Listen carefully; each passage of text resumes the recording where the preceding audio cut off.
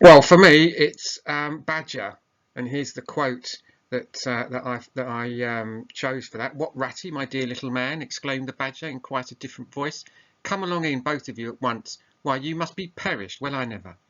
There's a lot going on in that quote. We're not going to do a close word analysis today. I just want you to get a quote to support your decision. Um, he calls Ratty Ratty, and up until we meet Badger, Ratty could be considered the person with the most, or the animal rather, with the most leadership. He calls him Ratty, which is almost like a nickname, which puts him higher up in the pecking order. Um, and he wants to take care of them straight away. Come in, you must be perished. Well, I never. So Badger for me, and there's the quote that supports it. Today's learning objective is introducing our character, and you've pretty much all sent me your choice of characters, and very good they were too. I think you've got a nice spread there, and we're going to draw a map of the village, or rather, you're going to draw a map of the village, which you're then going to say, you're then going to send me, and I'm going to award achievement points for those of them that are good, which I'm sure they all will be. Anyway, there's your title: character introduction and village mapping.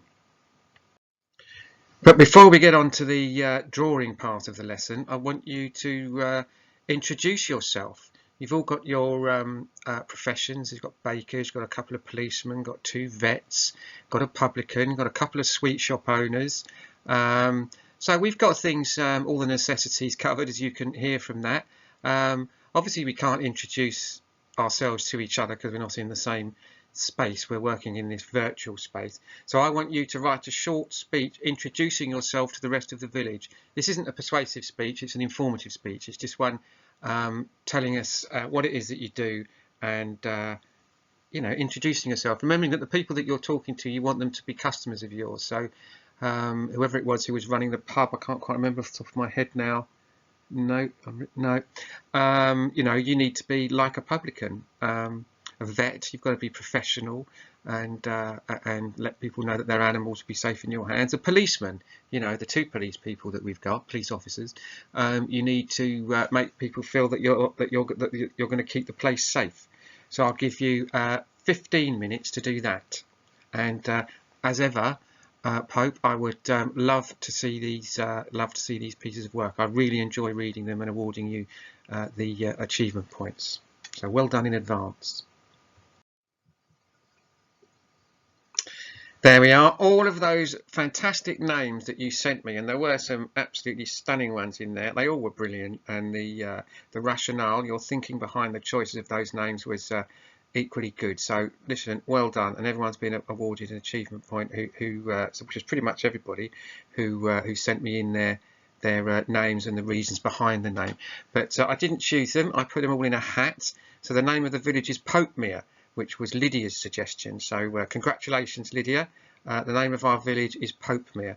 That's good because Pope is obviously the name of the class here, and Mere is a kind of a lake, and I think be nice to live in a village called Pope with a lake in it or near it. I'd like to live there. Maybe I'll retire there. Anyway, congratulations, Lydia. Now, the last thing before you draw your map, that is looking at these survey map symbols. So when you put in a thing like a picnic site, there's a sign there, or a viewpoint. There's all the signs there. So I want you to put these signs onto your map. You don't have to put them all on, but just pick out the ones that you might want there.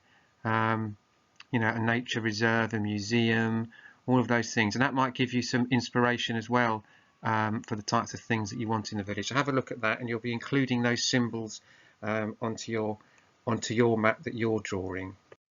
And here's an example of the type of thing we're looking for. This one actually doesn't have a huge amount of those symbols on it, but it's beautifully drawn, and this is the type of thing that I would like to see. So there we are. That's it from me today, Year 7. It's been a good week, actually. I've enjoyed interacting with you online. You've all sent me lots of work, and it's been an absolute pleasure to read it and reward it and so on.